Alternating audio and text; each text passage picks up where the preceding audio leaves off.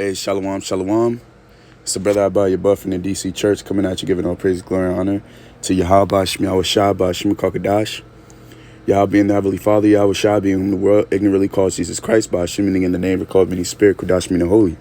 These are the names and the powers that I come to you in order to profess to you 100% truth, and Lord's will seal the elect's faith. All right?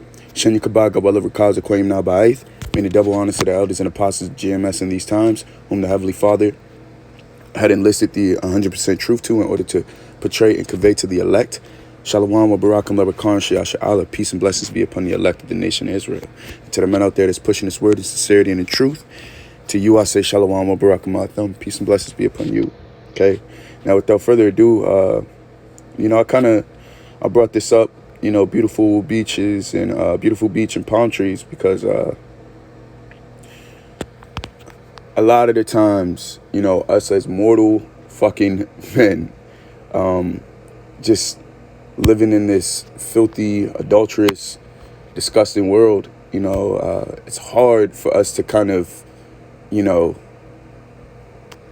hone in on the core of, or the nucleus of what we do the work for, what we're doing all of this for, what we're in this whole entire madness for, and I was watching the brothers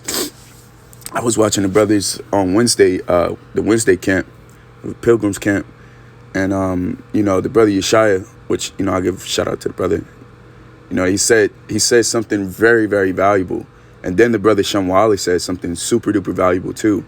Yeshaya said, we're not supposed to be, and as there's a coin, Shamar Mouth coins it, he says horizontal niggas. We're not supposed to be waking up at the wee hours of the afternoon and scratching our belly, scratching your nuts, just getting up, not doing anything with yourself. You're supposed to occupy, which this is a beautiful picture right here. I think this is the one I'm gonna keep for a little bit. And then, Sham, he proceeded to say that, that's essentially what we're fighting for. And it all made so much sense. It all made so much sense because after having said that, I paused the video and I stopped for a couple of seconds, and I said, I kind of was upset with myself because when you already know, when you're in emotions and you going through all this stuff in the world, and you got situations happening to you, you're it's hard. I'm not gonna say hard, but sometimes you forget what the core of what you're doing, the core of what you're doing and why you're doing it, okay? And the core of what we're doing is,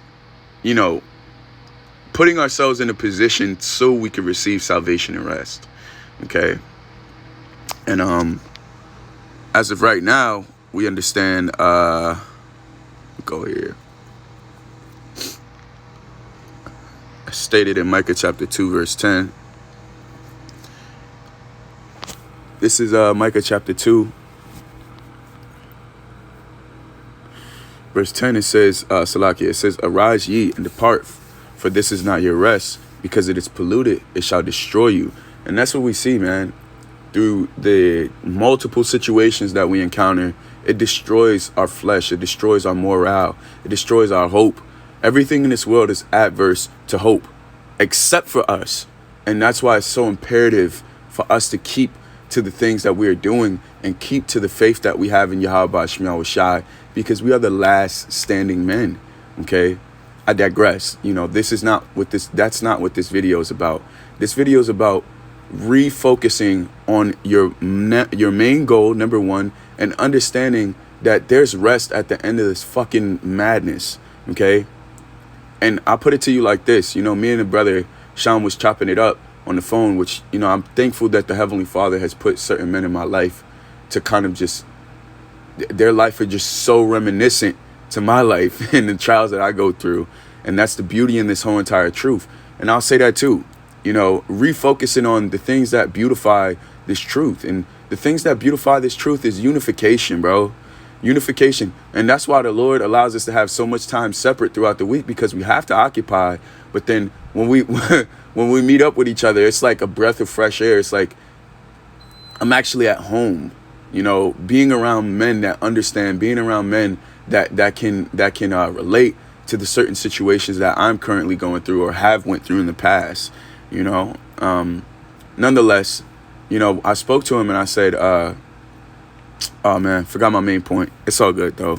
This is Micah chapter 2 verse 10. It says, arise ye and depart, for this is not your rest, because it is polluted, it shall destroy you, even with a sore destruction.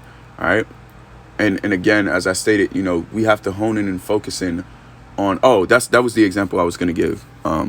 Focusing on, you know, the kingdom of heaven, number one, number two, and focusing in on the rest that we're about to receive. And I want to put emphasis, and I want to italicize the fact that we're going to be at rest. Okay. And I said to Sham, like,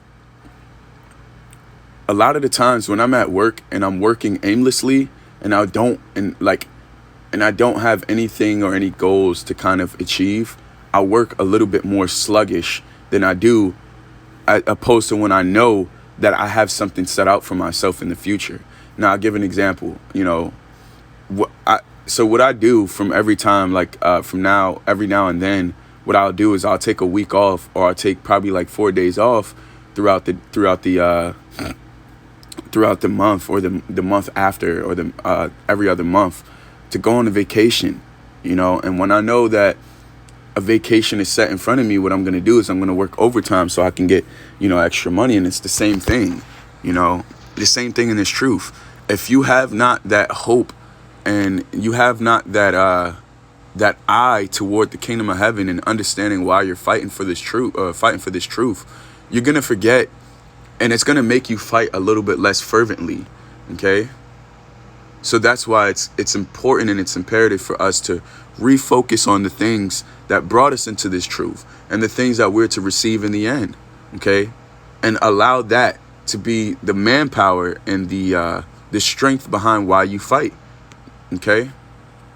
Because listen, this world is only getting worse. Satan is only gonna start to tempt you even harder than he did before. So we have to have such an optimistic mind toward, you know, we have to have a very optimistic mind toward receiving the kingdom of heaven and things that pertain to the kingdom of heaven, so that, you know, we're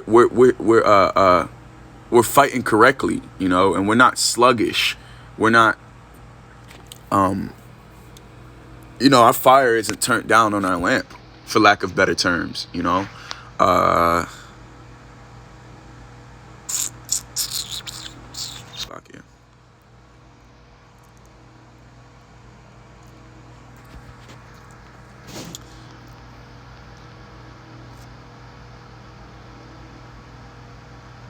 Right. Which, you know, I'll actually start at this. Matthew chapter 6, verse 19. It says, lay not up for yourselves treasures upon the earth, where moth and rust doth corrupt, and where thieves break through and steal. And that's the destruction right there. You know, if we happen to actually lie our hope and fleshly possessions and things pertaining to this world, you know, we began ourselves toward things that are corruptible. Okay. And the Lord doesn't want to bless us with things corruptible. The Lord wants to bless us with things that are incorruptible. And that's why this place is not our rest, because the only thing that comes from this place is corruption. All right. So verse 20, it says, but lay up for yourselves treasure in heaven. See, so the Lord is telling you where to invest your hope, and where to invest your faith, and where to invest your belief, and where to invest, you know, what's the word I'm looking for? Your confidence, or whatever it is, whatever traits, or whatever thing that you want to possess, you know, seek it in the kingdom of heaven. Okay. Because he's going to tell you why. Where neither moth nor rust doth corrupt, and where thieves do not break through nor steal. For where your treasure is, there will your heart be also. Okay. And that's why, again and again, you know, you have to refocus your mind, you know, because it's just like a car. Sometimes when you drive it so much, it gets misaligned. But then you have to sometimes, you know, get your steering wheel aligned with your tires, so that it's on a straight path. It drives straightly. Okay. And it's not veering off when you're when your steering wheel is all the way to the left. It's not your wheels ain't all the way to the right. You get what I'm saying?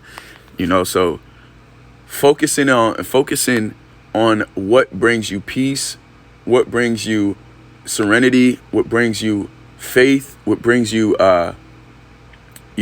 joy, and other things that are synonymous to those words. Okay. And my peace spot is and what brings me hope is just being on a beach, with palm trees around, looking at the clear blue water, seeing fishes swim and hearing the waves crash. That brings me a fucking immense amount of peace. And like, I begin to feel like I'm at home when I'm, on the beach on a hot sunny day with the cold water. That brings me peace. That's something I want to possess, and we only get so much of it. The Lord allows us to experience it, but he doesn't allow us to possess it. Okay. And the reason why is because it's not a rest, man. We're in a place to where the conditions that are set against the conditions that are set up against us. But the only reason why it's like that is because the Lord needs us to be a certain character prior to us receiving salvation. Okay. So, again, I can, refocus your mind on what brings you peace. Refocus your mind on why you're fighting. You're fighting to receive rest. You're fighting to receive the kingdom of heaven, to be at peace with you and your family, to be, and I had the brother Sean was basically telling me about a dream that he had.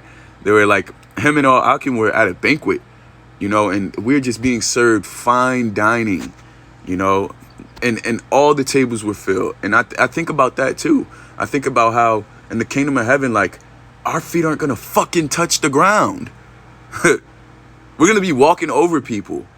Like we're gonna have a tall stature. Our women are gonna fucking favor us. There's not gonna be any contention between you, your family members, your woman, your brother, your neighbor, nobody, not even your enemy. Everybody's gonna try to be on our good side because they're gonna see now, okay, these men have power. All right. Just think about a banquet on a nice, sunny, beautiful day, somewhere in your exotic, kingdom, out there in the galaxy, being served all types of exquisite meat that's been aged to the finest, or that's been smoked or fried to the finest it could, buttery soft filet mignon, or whatever the fuck, man. Whatever the fuck.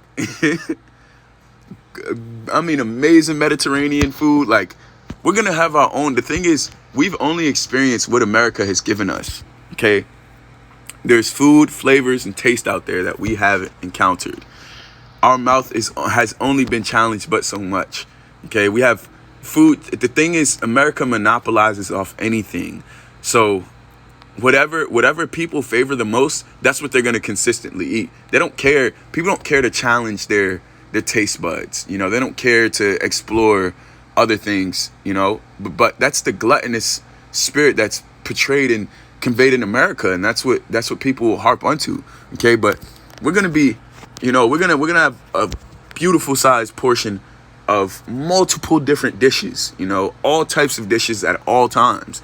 And, one thing that Zaquan Kasap said also, he said, a king has options, A king has options. He's like, when you look at the table of a king, they overserve him. He's like, you think they can, you think the king can eat all that food? No, he can't. Okay. But the fact of the matter is that he's given more than he can bear because he's the fucking king. Okay. And that's what the position that we're inquiring. That's the position that we are going to receive out of Wan Ratazah, if we endure and if we dove to the end. Right. But I think about those things. And when I think about those things, and when I refocus my mind on this truth and why I'm fighting, it allows me to fight a lot more harder. Okay. It allows me to understand why I'm even here for, my purpose. And it also balances out my mind, because sometimes I'm straight to left. Sometimes I'm straight to right. Sometimes I can't even, I'm so tied into a situation that I'm going through presently that I forget that, yo, chill, bro. The kingdom of heaven is at hand, okay? You're so focused on trying to do so much things in your career. It's so focused on trying to monetize, find the most lucrative position, or doing things that work for you in the best favor of money and expenses, investments. Like, it gets deep, man. And you find yourself straying so far left or so far right where you're just like, yo, I need to refocus, man. I'm here for a purpose. All right. The scriptures state that is a easy thing on the sudden for the Lord to make a poor man rich. That's in the Apocrypha, okay, in the book of Sirach. All right. So it's nothing for the Lord to do so. It's just that we as men, you know, we have to go through the conditions that we're going through as of right now in order to receive the greatest reward ever given to men. You know. So with that, I give all praise, glory, and honor to Yahweh Shemel Shabbat Shem Kokadash. Until next time, I can refocus, rethink, reposition. Shalom.